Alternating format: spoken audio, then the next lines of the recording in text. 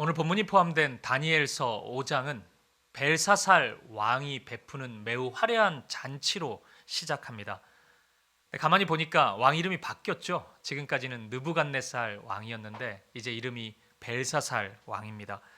어느덧 느부갓네살의 시대는 저물고 벨사살의 시대가 도래한 것입니다.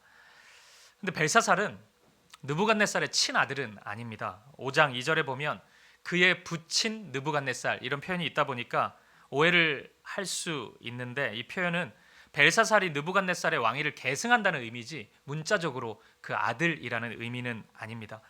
실제로 느부갓네살과 벨사살 사이에는 4명의 왕이 존재했습니다. 매우 짧은 기간 왕의 자리에 있었지만 분명히 4명의 왕이 있었습니다. 근데 성경은 이들의 역사를 생략하고 있습니다. 왜냐하면 벨사살이야말로 느부갓네살의 정신과 철학을 가지고 바벨론을 통치하였기 때문입니다. 그리고 이러한 역사 이해는 너무도 정확한 것이었습니다. 벨사살만큼 느부갓네살과 닮아 있는 사람은 없기 때문입니다. 좀 엄밀히 이야기하자면 벨사살은 느부갓네살의 업그레이드 버전인 사람, 이렇게 이해할 수 있을 것 같습니다. 어쨌든 벨사살이 가지고 있는 세상 권력의 강력함을 보여주듯 이 사람이 열었던 잔치에는 온갖 화려한 요소들이 가득했습니다. 먼저 이 잔치에는 무려 1000명의 사람들이 모여 있었습니다. 이 사람들은 아마도 단순히 벨사살을 좋아하는 사람들, 사모하는 사람들, 우리가 그냥 벨사모라고 이름을 붙여볼 수 있겠죠. 그런 사람들만 모여 있는 것은 아니었을 겁니다. 벨사살의 힘과 권력을 추앙하는, 그 길을 함께 걸어가고 싶은 벨사살의 핵심 관계자, 베렉관, 이런 사람들이 지금 모여 있는 것이죠. 아마 서로를 바라보면서 대단히 기뻤을 거예요. 너도 이 자리에, 나도 이 자리에. 우리가 성공할 수 있겠구나. 우리가 잘 살아왔구나. 흐뭇해하고 만족해 했는지도 모르겠습니다. 여러분 어떠십니까? 만약 이 주일 예배 오기 전에 이 벨사살 왕이 베푸는 이 1000명의 초청장 여러분 받으셨다면 여러분 그 자리 가시겠습니까? 여기 안 오고 그 잔치에 한번 가보고 싶으시겠습니까? 제가 인간적으로 좀 생각을 해보니까요, 한번 가보고 싶을 것 같아요. 여기 어떤 사람들이 오는지, 또 어떤 이 세상의 권력의 힘을 누려볼 수 있는지 확인해보고 싶기도 하고, 우리가 벨사살이 될 수 없다면 이런 욕심, 벨사모 회장 한번 해본다든지 베렉간 대표 한번 해본다든지 이런 욕심 얼마든지 가져볼 수 있지 않겠습니까? 근데 여러분, 오늘 성경은 이 모임의 화려함을 즐길 새도 없이 이 모임의 실체를 드러내 보입니다. 그리고 이 모임에 초청받지 않는 것이 얼마나 복된 일인지를 우리에게 말해주고 있습니다. 5장 3절과 4절 말씀을 우리 함께 보시겠습니다. 시작. 이에 예루살렘 하나님의 전 성소 중에서 탈취하여 온 금그릇을 가져오매 왕이 그 귀족들과 왕후들과 후궁들과 더불어 그것으로 마시더라. 그들이 술을 마시고는 그 금, 은, 구리, 쇠, 나무, 돌로 만든 신들을 찬양하니라. 하나님의 성소에서 예배드릴 때 사용했던 물건들을 지금 자신들의 유흥의 도구, 쾌락의 도구로 사용하고 있습니다. 그리고 이방 신들을 섬기는, 상징하는 것들을 가져와서 이상한 것들이에요. 금은, 구리, 쇠, 나무, 돌 이런 거 가져와서 이방 신들을 찬양하고 있었던 겁니다. 물론 하나님을 알지 못하는 사람들, 세상 사람들에게서는 아무렇지도 않은 일이죠. 대수롭지 않은 일입니다. 그냥 그럴 수 있지. 왕의 취향이고 왕의 스타일일 수 있지. 이렇게 생각할 수도 있을 것입니다. 하지만 믿음의 사람들이 바라본다면 이것은 여간 불편한 일이 아닙니다. 그토록 사랑하는 하나님을 조롱하고 있고 하나님을 우습게 여기고 있기 때문입니다. 나의 신앙 양심을 너무나 자주 아프게 찌르고 있기 때문입니다. 이 지점에서 여러분 꼭 기억하셔야 합니다. 우리가 이런 모임에 자꾸만 마음을 두고 소망을 두기 시작하면 우리는 점점 하나님과 멀어질 수밖에 없다는 것입니다. 생각해 보세요. 우리가 막 매연이 가득한 환경 속에 살면서 운동도 하나도 안 하고 매일같이 패스트푸드 햄버거만 먹는다 생각해 보세요. 그 몸이 견뎌낼 수 있겠습니까? 몸이 상하겠죠. 마찬가지입니다. 이런 모임을 사모하고 사랑하고 이런 모임에 계속 따라다니고 내 많은 시간들, 내 생각들을 빼앗기기 시작하면 우리의 영혼이 상하기 시작합니다. 점점 어느 순간 하나님으로부터 멀어질 수밖에 없다는 것입니다. 그렇기 때문에 오늘 다니엘서 5장은 그 시작부터 이런 자리의 위험성을 우리에게 보여주고 있는 것입니다. 애둘러서 표현하고 있지만 너무나 분명히 알려주고 있는 것입니다. 이런 모임에 초대받지 않는 것이 복되다고 우리에게 말씀해주고 있는 것이에요. 물론 우리가 이런 자리 가야 할 때가 있습니다. 그런 상황이 펼쳐질 때 있고 때로는 하나님이 우리를 보내실 때도 있을 겁니다. 하나님의 일을 이루시기 위해서, 하나님의 사명을 위해서 우리가 가야 할 자리, 서야 될 자리 분명히 있을 수 있습니다. 하지만 여러분, 그것과 이 자리를 사모하고 사랑하는 것과는 전혀 다른 문제의 것임을 여러분 꼭 기억하셔야 합니다. 예수님을 믿는 믿음 때문에 이런 자리에 초대받지 못하는 것, 내가 실력이 없어서가 아니고 예수 믿는 믿음 그거 하나 때문에 이런 자리 초대받지 못하는 것은 복된 것입니다. 이것이 복이라는 사실, 그 사실을 확인할 수 있는 오늘 이 예배의 시간이 되기를 간절히 소망합니다. 그리고 오늘 다니엘서 5장은 더욱 구체적으로 이 벨사살 왕이 베푼 잔치의 방향이 어디를 향해 있는지 우리에게 분명히 말씀해주고 있습니다. 아마도 벨사살 왕은 술에 취한 채 자신이 모든 것을 다 할 수 있다고 생각했을 겁니다. 1000명의 지지자들 정도 모여 있으면 이거 사람이 거의 마약하듯이 취해버릴 수밖에 없습니다. 뭐든지 할 수 있고 뭐든 해도 된다고 생각했을 것입니다. 그런데 여러분, 우리는 이제 알 수 있죠. 다니엘서 1장부터 여기까지 쭉 읽어왔으니까 또 느부갓네살 왕을 통해 우리는 이미 보았잖아요. 무엇을 보았습니까? 이때가 위기라는 것을 보았잖아요. 내 힘을 의지할 수 있을 때, 내가 모든 것을 다 할 수 있다고 생각될 때, 나를 찬양하고 싶을 때, 나를 높이고 싶은 그 순간이 위기라는 것을 우리는 느부갓네살 왕을 통해 확인했습니다. 하나님이 멈추게 하실 가능성, 하나님이 개입하실 가능성이 매우 큰 시점입니다.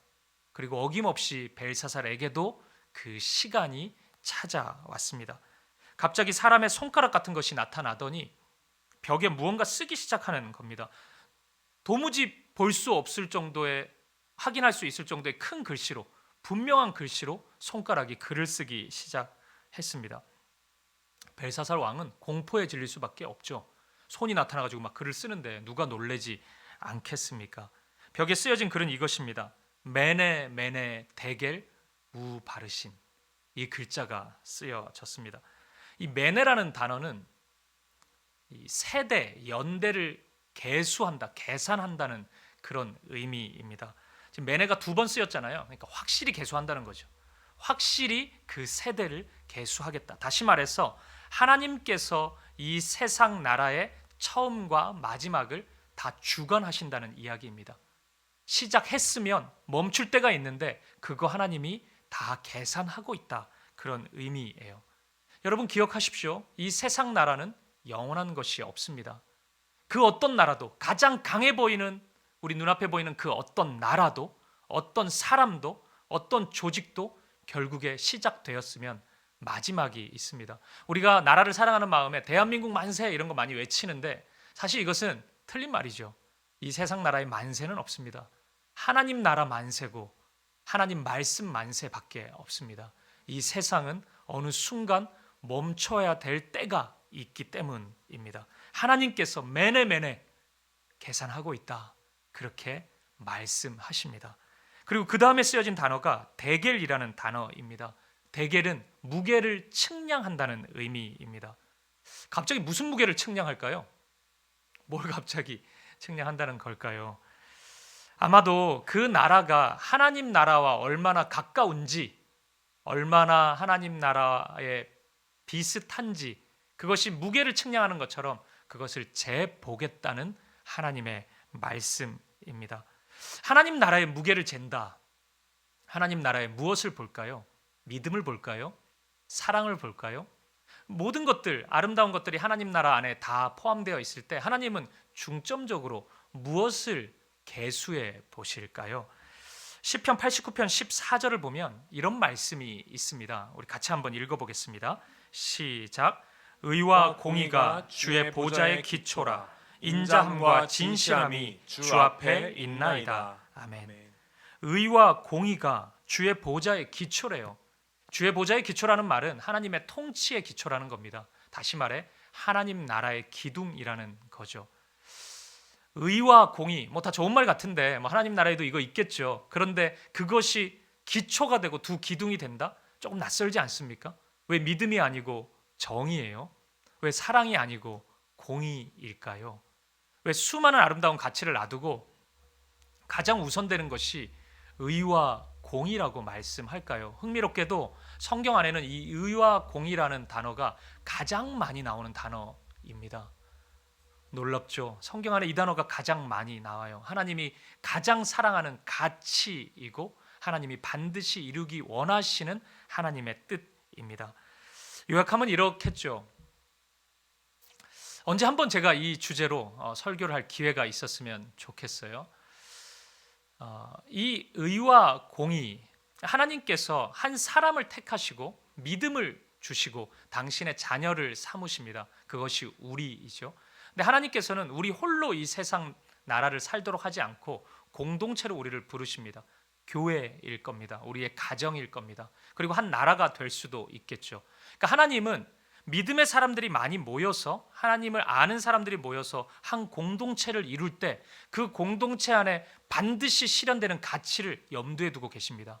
그것이 바로 의와 공의입니다. 하나님은 그것을 확인해 보겠다는 거예요. 예수 믿는다 하면서 막 소리 지르는 거 그거 말고, 그러면 그 안에, 너희 안에 의와 공의가 있는지를 보시겠다는 겁니다. 우리 지난주에 다니엘을 통해서 느부갓네살에게 한 번의 기회가 주어질 때 다니엘이 느부갓네살 왕에게 정의를 실천하라고 말씀하지 않았습니까? 그리고 가난한 자를 돌보라고 그렇게 이야기를 했잖아요. 그 정의, 그 단어가 이 의와 공의와 똑같은 단어입니다. 혹시 기억하세요? 그 정의가 히브리어로, 이스라엘 말로 무슨 단어였는지? 그렇죠. 아무도 얘기는 안 했습니다. 쯔다카죠. 이 쯔다카라는 단어, 이 단어 진짜 많이 나옵니다. 성경에. 외워두면 좀 좋습니다. 또 앞으로 제가 종종 사용을 해볼게요. 이 쯔다카라는 단어, 이게 관계적인 단어라고 제가 말씀드렸잖아요. 중학교 3학년과 초등학교 3학년이 싸웠어요. 둘 다 잘못했으니까 한 대씩 때려 끝내. 이게 공평한 겁니까?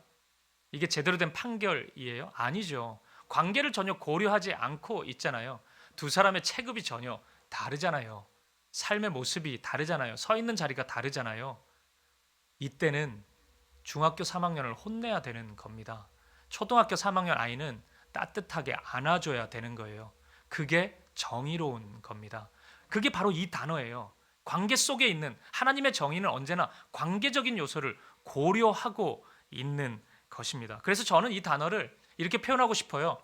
사랑스러운 정의.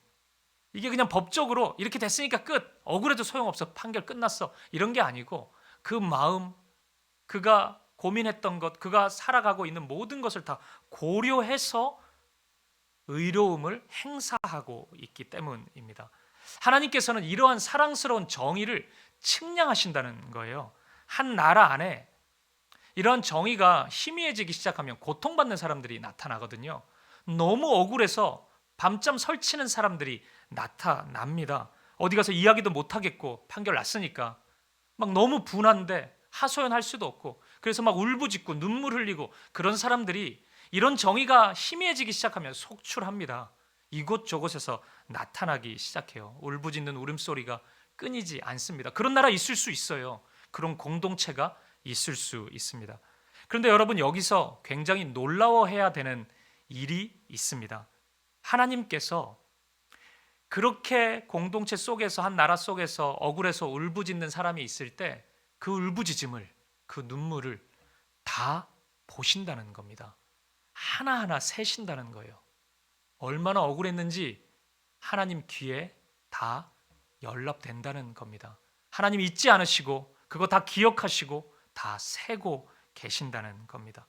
성경 곳곳에, 구약 성경 곳곳에 내가 다 알고 있다, 내가 듣고 있다, 내가 보고 있다, 이런 표현들이 계속 나와요. 하나님은 우리의 울부짖음을 결코 외면하는 분이 아니십니다. 그리고 하나님의 때가 되면은 이 일들을 다 측량하신다는 겁니다. 이렇게 본다면 벨사살이 통치했던 바벨론을 우리는 충분히 상상해 볼 수 있습니다. 하나님의 백성이 이스라엘을 포로로 잡고 있으니 선한 나라가 아니라는 것을 우리가 예상할 수는 있지만 하나님은 그런 이유만으로 심판하시는 게 아닙니다. 그 나라 안에 정의를 측량하셨던 겁니다. 공평과 정의가 사라지고 바벨론 안에 울부짖음과 하소연하는 눈물이 끊임없이 나타났던 겁니다. 결국 하나님의 시간, 매내의 시간, 대결의 시간이 찾아온 겁니다. 그리고 그 일을 주도했던 벨사살 앞에 매내 대결 글씨가 쓰여졌던 것입니다. 그리고 이제 벨사살 앞에 마지막 글씨가 보입니다. 그것은 우바르신입니다. 이것은 우와 바르신 이 두 단어가 합쳐진 건데 우는 그리고라는 접속사입니다. 그러니까 그리고 바르신입니다. 바르신은 찢어버린다는 의미입니다. 찢겨진다는 거예요. 이제 다 산산조각 나고 흩어질 수밖에 없다는 의미입니다. 굉장히 무서운 말씀이죠. 이제 왕의 나라가, 벨사살의 나라가 흔적도 없이 사라지고 누군가에 의해서 또 다른 세상 나라가, 역사 속에서 보면 그것은 페르시아죠. 그 나라가 시작된다고 말씀하고 있는 것입니다. 근데 여러분, 이러한 지금 말씀이 벨사살 앞에 글자의 형식으로 보여지고 있는데 이러한 메시지, 그리고 이 메시지를 전달하는 이런 방식이 우리가 그동안 다니엘서를 통해서 보아왔던 방식과 굉장히 비슷하지 않습니까? 느부갓네살에게 두 번의 꿈이 있었잖아요. 그 꿈의 핵심은 그렇게 살면 안 된다는 거 아니었습니까? 그렇게 자신을 신처럼 생각하고 내가 모든 거 다 할 수 있다고 생각하고 나를 의지하고 나를 신뢰하면서 이 세상 주인이 중심이 나라는 생각을 가지고 막 사는 거, 그거 위험한 것이라는 말씀 아니었습니까? 한번 멈춰 서보라는 말씀 아니었어요? 그것이 반복적으로 느부갓네살에게 찾아왔습니다. 너무 비슷하지 않습니까? 벨사살 왕에게도 그러한 시간이 찾아온 겁니다. 그런데 오늘 본문은 우리에게 이 연관성과 관련해서 굉장히 중요한 정보 하나를 제공해주고 있습니다. 그것이 오늘 본문의 22절 말씀입니다. 우리 같이 한번 읽어보겠습니다. 시작.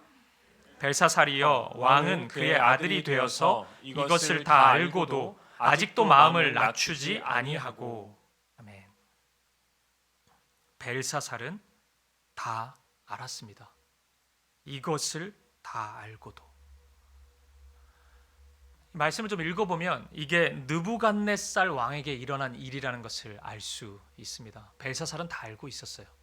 느부갓네살이 무슨 꿈을 꾸었는지, 느부갓네살에게 하나님이 어떤 메시지를 주셨는지, 하나님이 어떤 모습으로 나타나셨는지, 무엇을 원하셨는지, 그리고 느부갓네살이 어떻게 반응했는지 벨사살은 다 보았습니다. 다 알고 있었습니다. 하나님 계시다는 것 알았어요.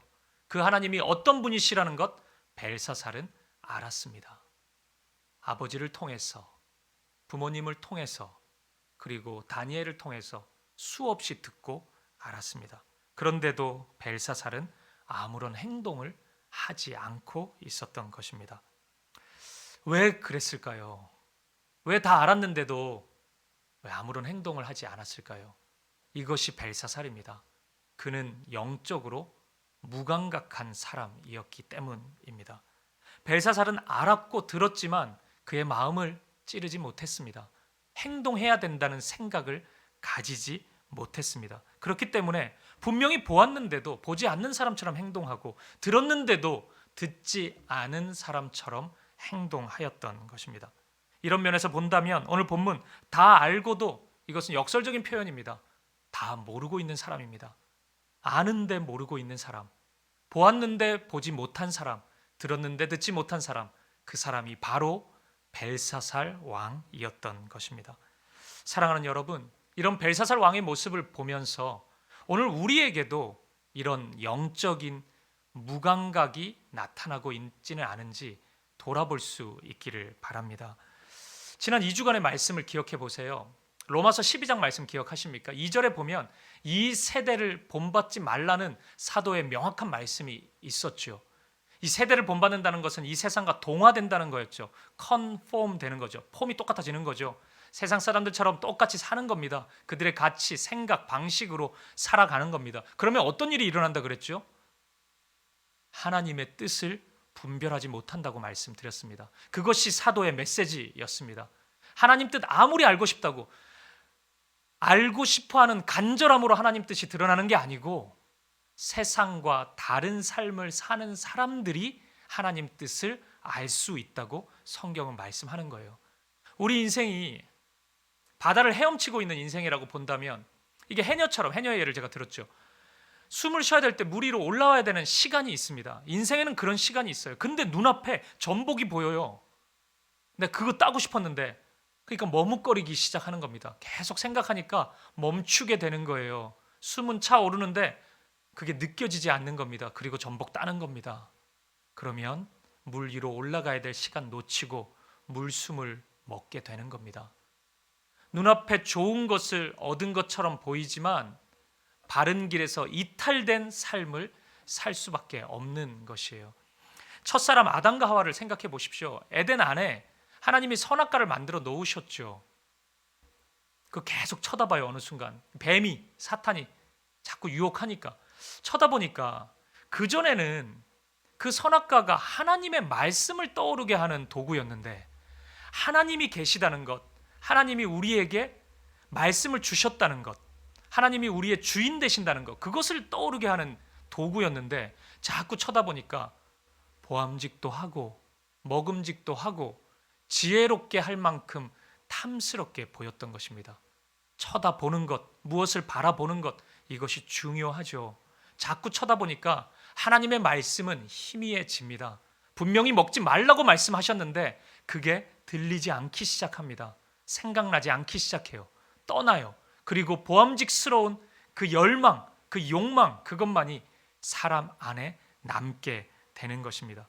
사랑하는 여러분, 영적인 무감각이 이런 방식으로 시작되는 거예요.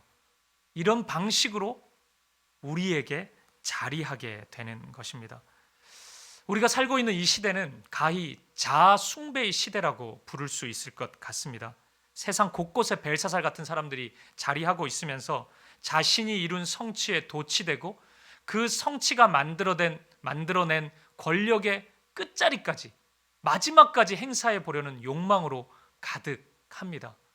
그 즐거움을 얻어보고자 1000명 정도 불러 모아놓고 잔치 벌이고 기뻐하고 웃고 떠들고 쾌락을 즐기는 시대입니다.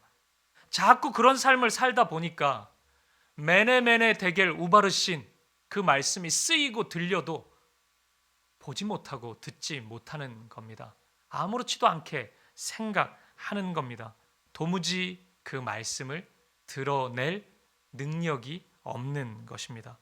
오늘 우리가 그렇게 세상 사람들처럼 살아가고 있지는 않은지, 오늘 우리가 벨사살 같은 모습으로 우리의 삶을 살아가고 있지는 않은지 우리가 아프지만 스스로를 돌아볼 수 있었으면 좋겠습니다. 사랑하는 여러분, 보았을 때 볼 수 있는 것, 듣고 들을 수 있는 것, 깨달을 수 있는 것, 그것이 은혜입니다.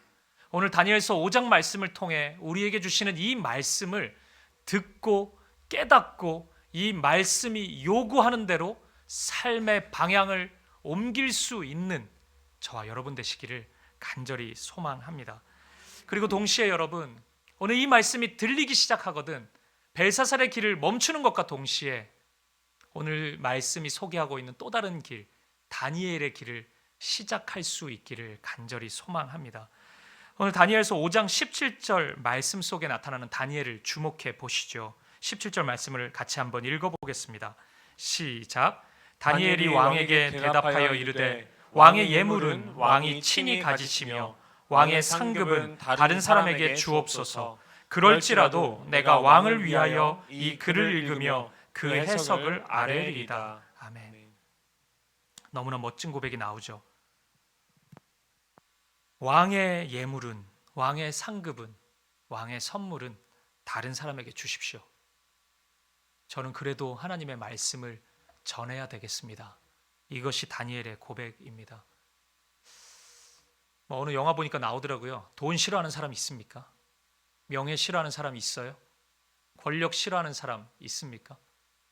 돈 많으면 편안하게 살 수 있다는 거 모르는 사람 있습니까? 다 알죠. 근데 왜 거절합니까? 왜 다니엘은 그거 거절해요? 이것이 다니엘이 보여주는 믿음의 길이고, 이것이 다니엘 서가 우리에게 말씀하고 있는 하나님이 기뻐하시는 길이라는 것을 보여주고 있습니다. 우리 지금까지 다니엘이 어떤 협박에도 굴하지 않았다는 것을 확인했습니다. 그런데 오늘 이 회유에도 넘어지지 않습니다. 한 번만 그렇게 살자. 딱 한 번만 눈 감자. 딱 한 번만 거짓에 타협하자. 한 번만 그 길을 걸어가 보자. 한 번만 위장전입하고 한 번만 불이 저지르고 그러면 모든 거 얻을 수 있다. 훨씬 큰 걸 얻을 수 있다. 어떻게 그것을 거절하냐. 한 번만 가보자. 이 한 번만을 외치는 세상입니다. 오늘 우리를 도전하고 있습니다. 그 다른 사람들도 다 하는데 한 번만 해보자고 우리에게 속삭이고 있습니다. 여러분, 다니엘이 그 유혹 앞에 서 있는 겁니다. 그런데 다니엘은 넘어지지 않습니다. 모두가 흔들리고 모두가 변했는데 다니엘 한 명 변한다고 뭐 달라집니까? 다니엘 한 명 믿음의 고상함으로 살아간다고 이 세상 바뀌어요? 다니엘 왜 이렇게 미련한 결정을 하는 겁니까? 모든 사람들 다 벨사살 그 1000명 안에 들고 싶어가지고 초초장 받았다고 기뻐하고 무슨 옷 입고 갈지 다 자랑하고 고민하고 다 그러고 살고 있는데, 그게 성공이라고 생각하고 있는데, 그거 감사하고 있는데 다니엘 왜 이러고 있는 겁니까? 사랑하는 여러분, 저는 오늘 본문 말씀이 우리에게 분명히 질문하고 있다고 생각해요. 누가 하나님의 사람입니까? 벨사살입니까? 그의 잔치에 초청된 1000명의 사람입니까? 아니면 다니엘입니까? 여러분, 누가 복된 사람입니까? 벨사살 왕이 복된 인생입니까? 아니면 다니엘이 복된 인생입니까? 오늘 말씀은 우리에게 질문하고 있습니다. 다니엘이 복된 사람입니다. 다니엘이 하나님의 사람입니다. 여러분, 다니엘을 두고 미련한 인생이라고 평가하지 마십시오. 다니엘과 같은 인생을 살아가는 사람을 두고 미련하다고 이야기하지 마십시오. 그 길이 잘못되었다고 외치지도 마십시오. 비록 다니엘은 이 고상한 믿음 지키느라고 이 벨사살 1000명 잔치에 지금 참여 못했거든요. 다니엘은 나중에 부르거든요. 다니엘은 그 모임 참석 못합니다. 실력에 비해서 지금 시간이 좀 흘렀는데 그리 성공하지 못한 것 같아요. 세상 기준으로 다니엘은.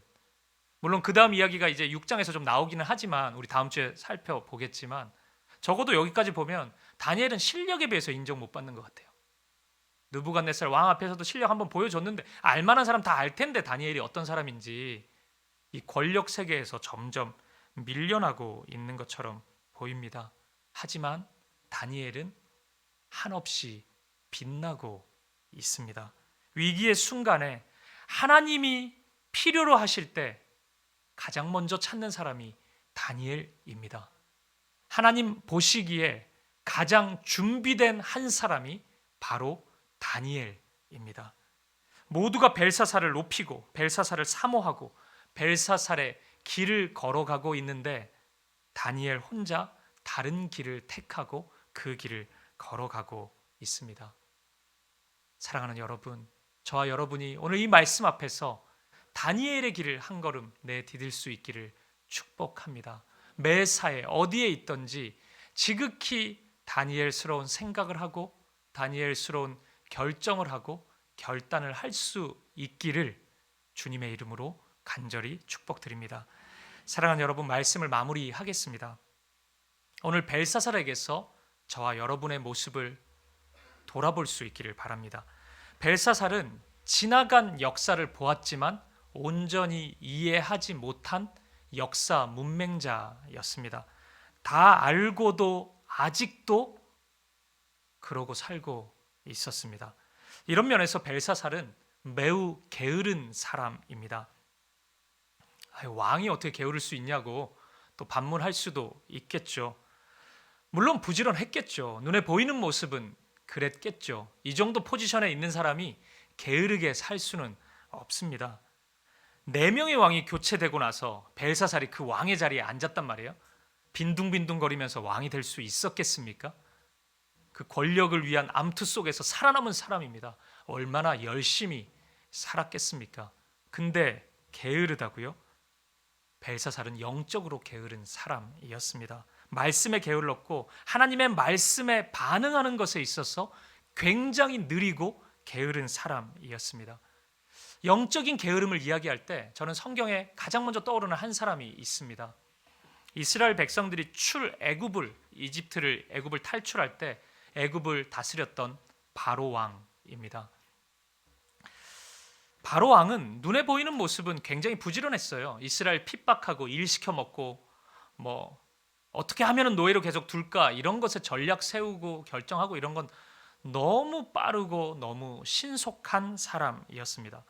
근데 하나님의 뜻은 이스라엘 백성들이 출애굽하는 거였거든요. 그래서 하나님의 일들이 일어납니다. 그것이 10가지 재앙입니다.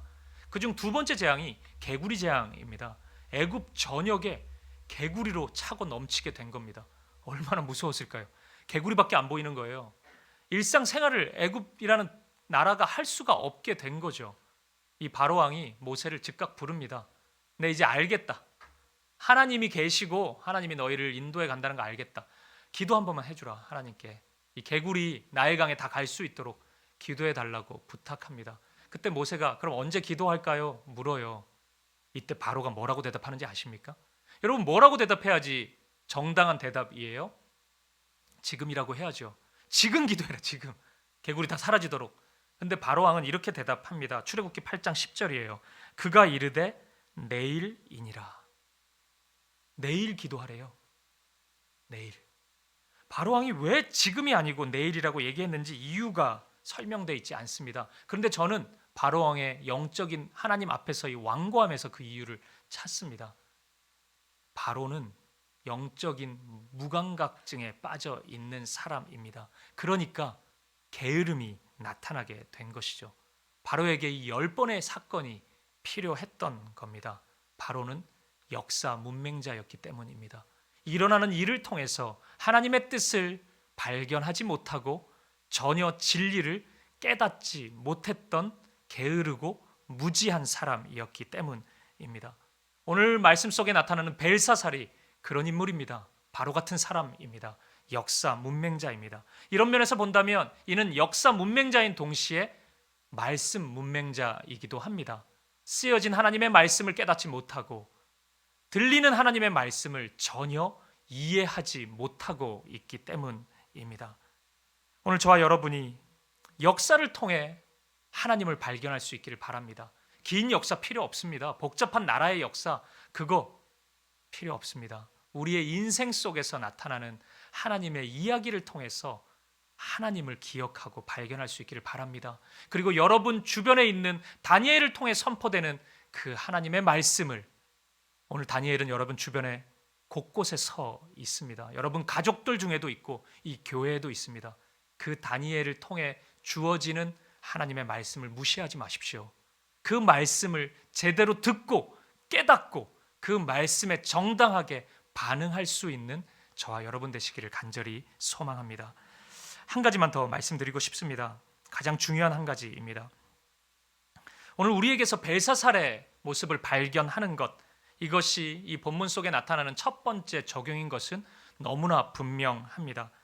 오늘 본문의 말씀은 이 주제를 가장 강하게 강조하고 있는 것 맞는 것 같아요. 하지만 이것이 오늘 본문이 전해주는 전부는 아니라는 사실, 이것을 기억했으면 좋겠습니다. 오늘 이 말씀은 우리를 향한 경고, 두려움을 안겨다주는 그 심판에 대한 경고로 이 말씀이 그치고 있는 것은 아닙니다. 오히려 이 말씀을 읽고 또 읽으면 소망의 말씀, 그 하나님의 소망의 말씀으로 우리에게 들린다는 것을 기억해야 합니다. 왜인 줄 아십니까? 저와 여러분에게 예수님이 계시기 때문입니다. 우리의 죄를 대신하신 예수님의 십자가가 있기 때문입니다. 오늘 벨사살의 모습, 그리고 죄의 영향력 아래에 있는 우리들의 모습은 마치 놀이터에 가서 시소를 타고 있는 어린아이의 모습과 굉장히 비슷합니다. 그냥 혼자 시소를 탈 때는 뭐 앞에 사람도 없으니까 그 아이가 마음껏 자기가 놀고 싶은 대로 놉니다. 올라가고 싶으면 점프를 하면 올라가면 되고, 또 내려가고 싶으면 힘을 주면 시소가 내려오겠죠. 아무런 저항이 없으니까요. 근데 어느 순간 자신의 몸무게 2배나 되는 친구가 이 시소의 맞은편에 앉았다고 생각해 보십시오. 아무리 발버둥을 쳐도 몸무게가 2배 정도 되면 시소 위에서 내려올 수가 없습니다. 애원을 해도 호소를 해도 그 상대방에 있는 그 존재가 애를 써주지 않으면 결코 내려올 수 없습니다. 이것이 바로 죄의 영향력 아래에 있는 우리들의 한계인 것입니다. 내려오고 싶어도, 벗어나고 싶어도, 아무리 발버둥을 쳐도 죄의 유혹과 무게를 우리는 감당할 수 없습니다. 그런데 그때 누군가 내 뒤에 앉습니다. 아주 몸이 큰 어른이 내 뒤에 앉아요. 그제서야 우리는 그 시소 위에서 내려올 수 있죠. 그분이 바로 예수님입니다. 우리의 죄와 어두움을 대신 감당하신, 그 무게를 대신 지신, 그 세력을 싸워 이기신 예수님이 우리 곁에 계십니다. 따라서 예수님이 함께 하신다면 오늘 이 말씀은 전혀 다르게 읽힐 수 있습니다. 무게를 측량한다는 메네 데겔 우 바르시는 무서운 측량의 메시지가 아니고 하나의 즐거운 시소타기, 즐거운 놀이의 시간이 될 수 있습니다. 우리에게 있어 기쁜 소식이 되고 짜릿한 경험이 되고 은혜의 경험이 될 수 있습니다. 오늘 이 말씀은 다시 돌아오라는 하나님의 말씀이고 다시 내 품 안에 안기라는 하나님의 요청인 것입니다. 그리고 그 무게를 네가 할 수 없으니 두려워만 하지 말고 내가 감당해 주겠다는 우리 주님의 기쁜 소식인 것입니다. 오늘 이 음성을 들을 수 있는 우리였으면 좋겠습니다. 다시 돌아가자. 두려움의 그 시소 위에서 다시 내려오고 집으로 돌아가자는 그 주님의 따뜻한 음성을 들을 수 있는 저와 여러분 되시기를 간절히 소망합니다. 우리 성경 한 절 읽고 오늘 설교를 마치겠습니다. 이사야 55장 6절 7절 이 말씀 함께 읽고 오늘 말씀을 마치겠습니다. 시작. 너희는 여호와를 만날 만한 때에 찾으라. 가까이 계실 때에 그를 부르라. 악인은 그의 길을, 불의한 자는 그의 생각을 버리고 여호와께 돌아오라. 그리하면 그가 긍휼히 여기시리라. 우리 하나님께로 돌아오라. 그가 너그럽게 용서하시리라. 아멘.